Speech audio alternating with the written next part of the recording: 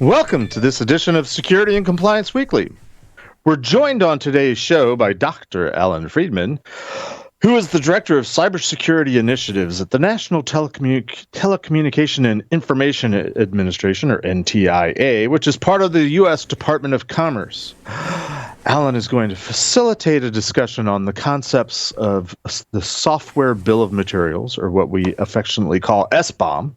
And he's also going to help us dissect, as time allows, President Biden's recent executive order on improving the nation's cybersecurity, because SBOM's actually in it in Section 4, I believe. We're looking forward to an interesting and in-depth discussion today, so join us as we continue our journey of tearing down silos and building bridges on Security and Compliance Weekly.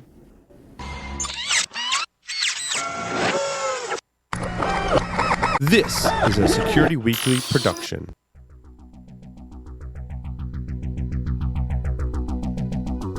And now, it's the show that bridges the requirements of regulations, compliance, and privacy with those of security.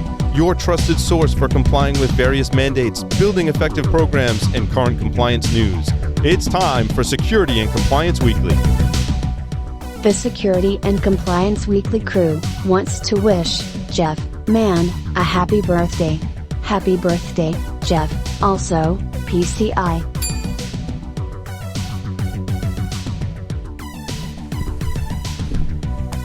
I heard it. I have to drink. Gee, what a surprise. Thank you, everyone, for the very cool, awesome birthday wishes. My birthday was technically yesterday, but better late than never, and conveniently, this is when the show is airing.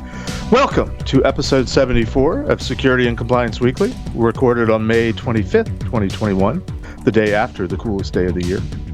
I'm your host, Mr. Jeff Mann, and with me today are my gregarious co-hosts, Mr. Scott Lyons, Mr. Josh Marpet, and Mr. Liam Downward. Gentlemen, welcome. Happy belated, Jeff. Yes, happy belated birthday, buddy. Happy birthday. That's why we couldn't say anything in the opening, and we were being all vague, and Johnny's like, I got this thing for you. I know. And, I mean, we all know Johnny has a thing for you. And, well, that's true. That's very Let's true. be honest, Johnny has a thing for all of us. You know, it's just Johnny. I mean, you know. No, That's but today also was very dedicated to Jeff. I hope those boats are all securely lashed to the ceiling there, Josh, and there's no head-banging incidents in the middle of today's episode. Every time I stand up, I smack my head on one of them. I'm in my father-in-law's boat hangar, so he just keeps accumulating them, and my mother-in-law just keeps grumbling about it. But it works. Oh, and it's moving, photo. so we can You want a really good tell photo, it's not a green screen. Put a cinder box with a chain around your waist if you want a really good photo, and just stand underneath of it and be like, ah. All right, a couple announcements before we get going today. Security Weekly is more than happy to announce that we will be at InfoSec World 2021, wait for it, in person, which is October 25th through 27th, 2021. And this year, it's going to be slightly unusual because InfoSec World and Security Weekly, we're now all part of the same company. We're both business units under the Cyber Risk Alliance brand. And that means to you, our listeners, that you get a discount. If you want to go to InfoSec World and see some of the Security Weekly team even speaking there, as well as hanging out there, you can do all this with a 20% off on your World Pass. If you want to take advantage of the discount, go to securityweekly.com/ISW 2021 to register. Also, if you have any specific guests or topics that you want us to cover on this or any of our shows, you can always submit your suggestions for guests by going to securityweekly.com/guests, completing the form. We review those suggestions on the regular, and we'll reach out to you if we're impressed with what you're suggesting. All right. I was doing a little reminiscing, trying to figure out when it was the first time that I met today's guest, and I was successful. It actually, if memory serves, and I think it does in this case, I first met Allan back in 2014 in San Francisco at B-Sides, back when B-Sides San Francisco used to be at the DNA Lounge. And I'm pretty sure I was hanging out in the DNA Lounge and I overheard this guy talking very confidently and about cryptography. And naturally, I sort of tuned my ear in to see what he was saying, and I'm pretty sure that I interrupted at some point just to correct him on some sort of cryptographic minutia, and we've been talking ever since and hanging out. He happens to live in the DC area, so not too far from me. So it's my distinct pleasure, without any further ado, to introduce Dr. Allan Friedman. It's the last time I'm going to call you doctor today, Allan, but I want to be official about it. But welcome to Security and Compliance Weekly. Thank you so much. I do miss the DNA Lounge. It was always great to have a hacker conference where you would stick to the floor in the middle of talks. It certainly was your stereotypical picture of what a hacker conference should be. I agree. I do miss the DNA Lounge. I miss going to any venue for any conference, quite frankly. So I'm looking forward to the world opening up again. Hey, in October we're going to be at InfoSec World. InfoSec World, yeah. And anyway, Allan, rather than me sort of bastardize your bio, why don't you just please tell us a little bit about yourself, your background, how you got into cybersecurity, how you ended up where you are today, NTIA, and ultimately tell us how you got interested in becoming a champion for this little thing we called SBOM. Sure, thank you. So, you mentioned that I, talk about cryptography. So back in the late 90s, early aughts, I was a wannabe cypherpunk. So I was on sort of the opposite side of the aisle from you, Jeff, sort of the information wants to be free man. And the problem was I wasn't good enough to write code for a living, and I wasn't smart enough to write proofs for a living. And so I ended up You did write a book, though, right? I did, yes. So I ended up getting involved in the policy side. I got my PhD in public policy and hung out in computer science departments as an academic. And then about 6 years ago, convinced to join government. And I, at the tiny corner of the Department of Commerce called NTIA, where my job is to say, hey, what are some policy issues where the government doesn't care what the solution is? We just want a solution to exist because we think, we talk about a market failure in cybersecurity, and this is the value of having, we can sort of have a better market if we can solve this. So we did some work on vulnerability disclosure. It was the first time that we sort of the government had ever pulled together, said, hey, let's get researchers and product security teams and put them in the same room and say, let's talk about what we need to make this more efficient and effective. And we also, now we're working on this idea called software bill of materials. So what's an SBOM? You can think of SBOM, the simplest way to describe it is the analogy is a list of ingredients, right? You go to the store and you buy a Twinkie. It comes with a list of ingredients. And why don't we expect the same level of transparency in our software that we get from a non-biodegradable snack?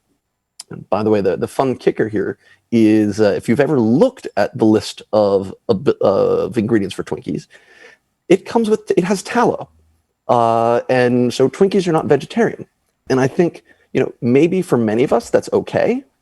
After all, I am willing to put a Twinkie in my body, so what's a little more beef fat? But we all know someone that says, I've got a dietary restriction or religious belief or some allergy. And the important thing is that information is there, right? We don't ban Twinkies for having tallow, but we make sure that the data is there so that people can make the appropriate risk-based decision. And similarly, when we're talking about software. So instead of, go ahead, Jeff, I'm sorry.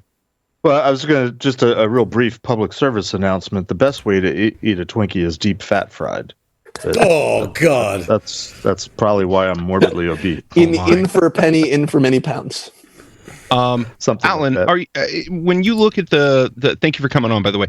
When you look at food in the ingredients list and it lists out sugars, whatevers, are you saying we're going to get a vulnerability count, much like a calorie count for all software? So I think that's sort of the bigger picture of when people talk about a nutrition label, they start to say, hey, give me all the data. Now, that's a fun vision, but there are a couple of challenges. One is, what is the universal way of describing vulnerabilities, right? We have the National Vulnerability Database, but we also have private vulnerability databases and different ways of thinking about it, thinking about severity scores, right? We probably don't want to turn this into a CVSS rant. But the other challenge is, of course... Let's save that one. Yeah, but wasn't that covered though in the executive order talking about vulnerabilities and how they're dealt with? Well, but no. I think that's one of the core ways that we need to think about vulnerabilities is the list of ingredients stays the same once I bake my cake, right? When I build my software, the software stays built. The state of the world, whether it's safe or not, that's going to change over time. And so, right, this widget didn't used to have vulnerabilities in it because I didn't know about it. Now that we've learned, oh, look, it's easy to pop this particular component, or right here, this TCP library is terrible, or someone broke this crypto function. Now we need to sort of apply that. And so that's the vision here of trying to keep vulnerability data separate from the SBOM. The goal is to map between them. Well, let me interrupt real quick, Allan. I have two questions for you. One is just more of a semantic thing, because I was struggling in writing up the intro for you. Is how does one refer to the SBOM? Is it a movement, a philosophy, a standard, a bill, an act? I mean, what, when talking about it in the third person, what is it?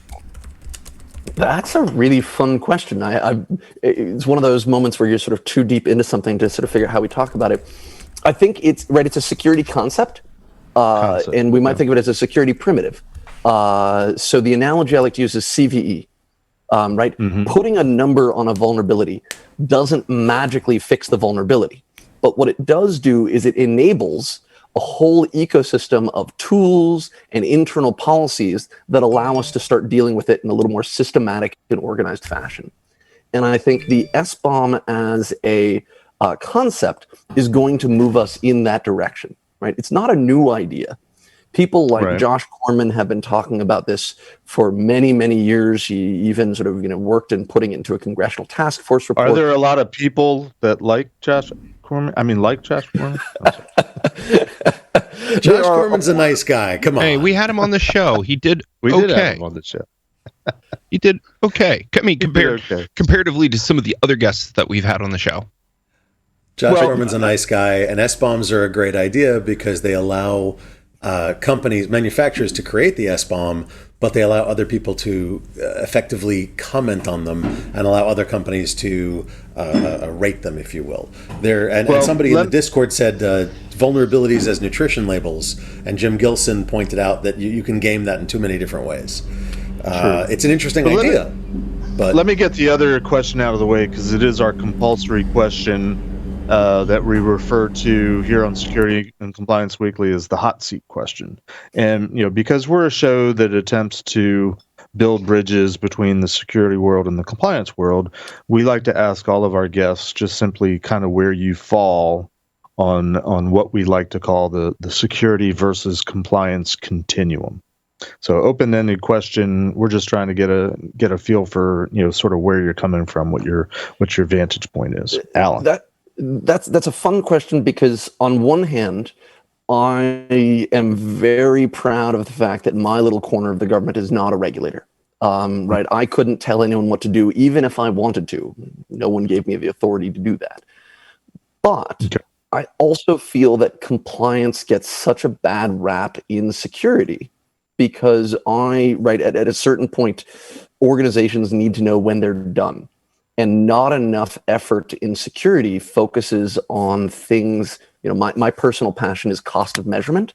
How can I cheaply communicate to you that I have done the right thing, whatever the right thing is? And so that's one of the things that I love about SBOM is you either have it or you don't. And so it is, while having an SBOM doesn't necessarily mean that you have a great security platform or that your software is wonderful. If you don't have an SBOM, right? If you ship software and you can't tell your customer or your downstream user, or if you're an open source project, you can't tell the people that are using your project what your dependencies are, what does that say about the rest of the quality of your software development process? And so I think SBOM is a decent signal for what we're trying to do. It's at least a start to building an inventory, and at least a start to building out what am I building my product, my service, my company on the top of. It's a foundational aspect, in my opinion. Exactly. And then from there, you want to do the mapping to vulnerabilities. You want to do the mapping. And by the way, this isn't just vulnerabilities. A lot of this is just resilience. It's, hey, am I about to buy something that's using an end-of-life component? Or there's a very macabre problem macabre named problem in open source called the bus problem, which is how many open source projects are dependent on one person remembering to look both ways before they cross the street. I like to call it the ukulele problem, right? How many open source projects really depend on someone deciding that learning to play the ukulele wouldn't be a lot more rewarding than trying to maintain an open source project. And you can't know about the fragility of your software and your supply chain unless you have visibility into it. Oh my God, you made me almost choke, dude. That was the ukulele is just so much more rewarding than open source. That. I got a question I want to put out there. So when you talk about the SBOM and you want to assign accountability, let's give you a scenario. Say, for example, you find a vulnerability and you reach out to the vendor, and in the vendor basically says, oh yeah, that product that's included in our software belongs to a third party, so therefore we're absolving ourselves from that vulnerability. So how does the SBOM come in to say, okay, that vendor needs to take some responsibility and list out, the different components of that, but then assign accountability? Do they take responsibility because it's incorporated into their product as that dependency? Or is it somewhere where it actually you start creating this hub and spoke or spider out and then reach out to that third-party vendor that's included in there? So as you're identifying a vulnerability in your network, then how do you look at mitigating that? I think this is how we have to start to think about SBOM is in a market context. And that's something that we've tried to do is always make sure that we have the customer perspective as well as the supplier perspective. And there's a fun line that I like to use, which is we're all in the supply chain and most of us are in the middle, right? We sort of take software from other people and we pass it downstream. So not to be confused with the food chain, because we're sort of on the top of that, almost to the top. Go ahead. This isn't a new concept. When did this become a thing? Because as Jim's pointing out, manufacturers have been working on a bill of materials now for a while. So, in the actual accountability is, I think, going to vary a little bit based on the existing structures of the market, right? We don't want to invent. We're not going to assume that the world is going to fundamentally change. We want to reuse the existing structure. So, for example, in the automotive sector, we know whose responsibility everything in a car is, right? It's the OEM. It's Ford or GM, doesn't matter who made it. If the ceramic that was used in a brake pad that was used as the brake function is wrong, it's still the OEM's fault, right? That's the legal alignment. And so the automotive industry has built the contracting language to think about that. I think we're going to see a lot more people pay attention to this in their contracts. And we're seeing this pop up in different areas. So for example, the Edison Electric Institute, which is a trade association of electric utilities, has already issued some guidance saying, hey, utilities should ask for an SBOM when they're buying equipment for their power plants, for their facilities.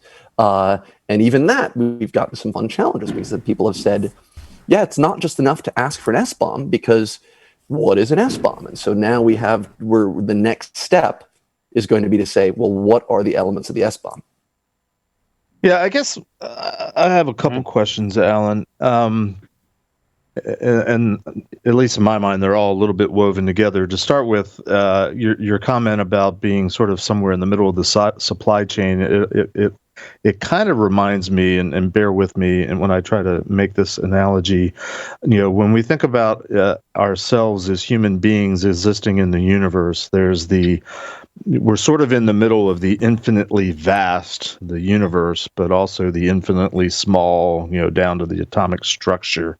And I almost feel like there's an analogy here where, organizations, companies, utilities as a recent example, are sort of in the middle of wanting to outsource everything to the cloud and pass on all the responsibility and hopefully liability to others sort of on a larger scale, but also now are turning almost inward or downward to understand the component parts of all the software and applications they're using, again, in hopes that the responsibility for security and perhaps the liability is drilled down sort of in the opposite direction. Does that make any kind of sense if we're trying to spin yet another analogy to try to understand this concept? I think the challenge is that, right, like everything else in security, you can't look at just this isolated approach. You've got to figure out how it fits into the rest of the community. So very few people have said to me over the last few years, Allan, the future of software is on-prem. Right? We're going to be shifting to the cloud. However, if you look at who are the communities that are leading the way for implementing SBOM, it's healthcare, it's automotive, it's energy, folks that are always going to have embedded systems where it's really important because, we know the embedded systems are actually a little bit behind on security, and it's really important that folks know what they have on their network. At the same time, when we think about the cloud world, there's some interesting challenge with thinking about my dependency and my risk. One, as you point out, is it really my risk if it's on someone else's computer? Well, your listeners know that, in fact, it still is. The cloud doesn't magically fix things. Right. But we also have the challenge of, we think about a dependency graph of what software did I use to write my code, but we also need to find good ways of communicating what's in the vertical deployment stack. So, right, as we say, it's not just the application code, but it's the full stack. And I recently gave a fun talk at the RSA conference with Nisha Kumar from VMware, where we talked about, hey, the title of the talk was, what are clouds made of? Where we sort of tried to unpack what SBOM means for a cloud native architecture, because it does look a little different than a traditional software build. Interesting. We might get into a little bit more of this in the second segment as we shift gears. And I'm hoping that we can dissect the executive order a little bit since SBOM is mentioned. But to frame that, can you describe a little bit? Maybe not how you ended up at Department of Commerce, but why is what you're doing falling under the Department of Commerce and not in some of the traditional security organizations within the government? Part of it is just no one else was working on it, or rather, this was an important issue that people have been kicking around for a while. We talked about Josh Corman, but also folks like Bo Woods, who's also part of I Am the Cavalry, some real great leadership from the FDA, which regulates medical devices, that had said, hey, they picked up this idea, they want to start thinking about it. And from a Commerce Department perspective, what we wanted to make sure was, one, this is a useful idea, but two, what we don't want is to have sector-specific solutions. So, right, our interest is making sure that, the ecosystem functions and continue to grow and make money, right? We're the Department of Commerce. Right. And if we had one solution that was developed by Beltway bandits for DoD land, and another solution that was used for healthcare, and a third that was used by finance, we'd break things because we're all using the same software. So we wanted to make sure that we could provide it in a common way. And similarly, we needed to cover the whole supply chain. This isn't something that just is big enterprise tech. You've got to start with the open source community and folks that represent that community. So, we've been working with Linux Foundation, the Apache Foundation, folks like that. And also we need to go all the way down to the end customers, right? We don't want transparency for its own sake. How's this data actually going to be used? And we need to sort of show value. And so we've tried to sort of capture this whole perspective, and we try to do it in this what we call the multi-stakeholder model. And if you roll your eyes when someone says multi-stakeholder model, I'm the guy who has to say it like 7 times a day. But the vision really is to say, let's pull together experts and find common ground and say, what are the problems that we can solve easily? What are the problems that we're going to have to sort of kick down the road a little bit, and follow this mantra of crawl, then walk, then run, to focus on deployment rather than trying to go and build the perfect technical solution that no one ever uses. So let me ask. Maybe it's the same question in a different way. Maybe it's a variation on the question. We have talked at length on this show and on the main show, Paul Security Weekly, probably all of our shows, about sort of especially in the last 6 months or so, starting with the Florida water treatment plant that was breached. What was that, back in December? More recently, the Colonial Pipeline. We've lamented on many shows and in many fora that I participate in, sort of the disconnect between national defense, Defense Department, keeping secrets, and the whole sort of traditionally militarized vision. What I came out of, what I learned my craft from, and contrasting that with the public sector, and how the motivations are different, the economics of applying security to your organization are different, and doesn't necessarily jibe. What works for one doesn't necessarily work for the other. I feel like there's a question in here about how the Department of Commerce, and more specifically your organization, NTIA, is sort of uniquely positioned to maybe not straddle or bridge the two, but bring a government-centric approach to the public sector. I'm sorry, the private sector, that isn't the traditional Defense Department, national security way of doing things. Am I onto something here? I think you are. I'm going to have to hire you as a hype man for my tiny little agency. And we do actually have some history of sort of being this bridge between government and even the national security community and the private sector. Mm-hmm. So one thing that NTI is perhaps more famous for is, if any of your audience are spectrum nerds, are radio spectrum nerds, you may have seen those fun maps where they slice up the entire radio spectrum and how the U.S. Government sort of manages which part of spectrum goes to whom and who can use what. And my agency publishes those maps because we are in charge of managing federal spectrum for the president. And we work with the FCC, which faces out to the private sector, but we also spend a lot of time working with our colleagues in the Defense Department, which have their own uses for spectrum. So we try to manage that. And similarly, for this question of software supply chain, there's some real interests to manage this in a high assurance environment, and that's great. Like, we want to support that. But we also know that if you go to large swaths of the private sector today and ask them to deliver, intelligence community level software assurance, you're just going to have a bad time. They're just going to roll their eyes and turn away. And so if you want to, one, help the private sector work, and two, create a path to government having access to better software, you're going to need to pull in these private sector perspectives and make sure that we can build ideas and tools and concepts that work for not just the bleeding edge and the folks that can charge 10x for good software assurance, but to say, hey, let's make sure things that are on the broader marketplace have better security.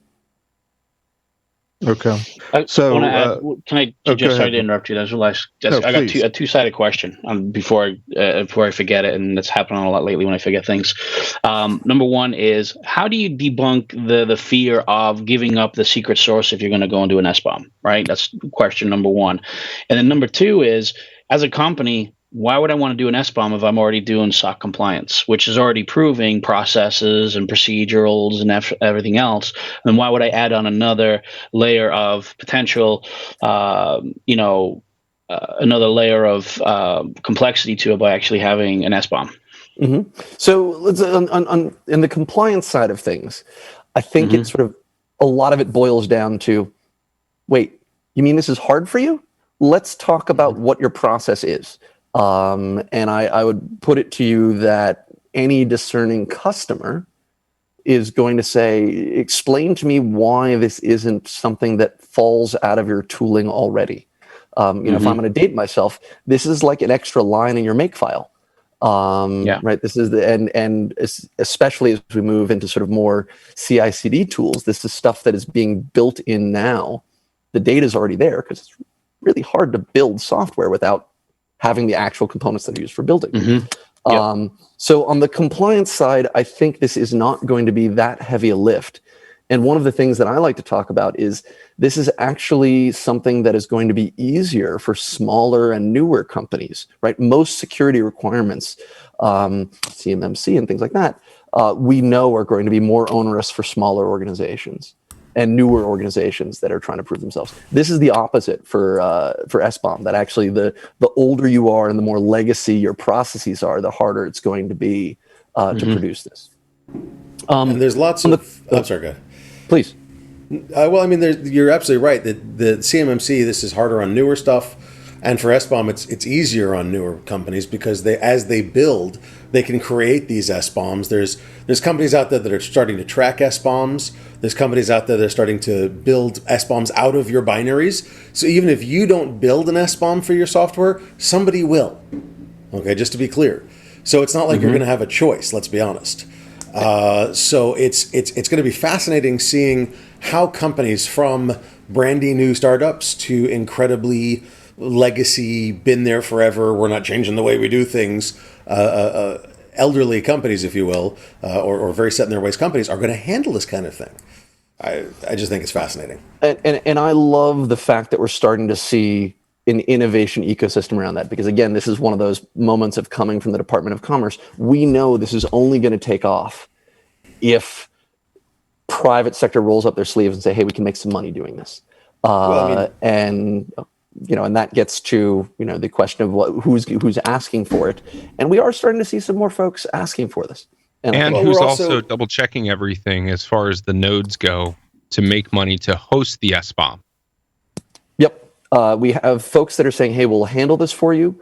We've got folks that say, hey, we'll do value add, right? We'll take your SBOM and we'll validate it to prove that you're not lying, or we'll do the deeper dive, or we'll take your SBOM and then go and show that, there probably isn't any foreign actor that's been tampering with your supply chain. Or, we'll do the work of mapping your SBOM against our secret sauce to detect vulnerabilities or CWEs or something like that. So again, now I'm sorry. There's something that you've been involved with, and I know Red Lion's been involved with, along with Unisys and the Linux Foundation, called the DBOM Consortium, which is the Distributed Bill of Materials. How are the two of them going to play together, Allan? So DBOM is I think the digital bill of materials, maybe. No, distributed. It's the distributed bill of materials. Distributed now. Good, thank you. It's not double-sided as opposed to single-sided. No, Red Lion was involved, and I'm involved, and NTIA, Allan's on all these meetings, and Ion Channel, and Unisys, and there's a lot of companies involved in that. Yeah. And so one of the fun questions we get about digital bill of material, about SBOM rather, is, so I have it. How do I get it downstream? Right? How do I get it to my customer or my next user? And in some cases, this is going to be pretty straightforward, right? If you're shipping traditional software on a platter, then it's pretty straightforward, which is you ship your blob and your metadata follows your blob. But there are especially as we get to a more creative and complex supply chain, we need better ways of tracking all of the supply chain data. And this is where, hey, I've got software data, but I've also got hardware data, and maybe I need to throw in some conflict mineral data, or I need to attest that, I didn't work with a particular country. We've got all of this data. Why not keep it moving around together? And so I think I call DBOM the the supply chain station wagon, which is whenever you have some data, you come across some data that might be useful, throw it in the back, and we'll figure out how we're going to use it down the road. But right now, let's make sure that we have a way that we can collect all of it and then allow the right people to access it in the right way. So really powerful. Allan, which is faster here? 100 terabytes over the internet, or 100 terabytes on thumb drives packed in the back of a station wagon with a cross-country journey? You got to love the internet, right? Yeah. As long as it's not RFC 1149 IP transport by avian carrier, okay? All right. So to distill that, you mean carrier pigeon? Well, technically, I don't think there are any carrier pigeons anymore. But no, the passenger pigeon is the one that's passenger. Forgive me. Yeah, that notwithstanding, we should probably take a break. I wanted to ask one more question, but I'll save it for the second session, and I think it'll make a good segue anyway. So let's take a quick break. We'll come back and we'll try to shift gears a little bit to the discussion of the EO, the executive order, and what that means for SBOM. So stay tuned. We'll be right back.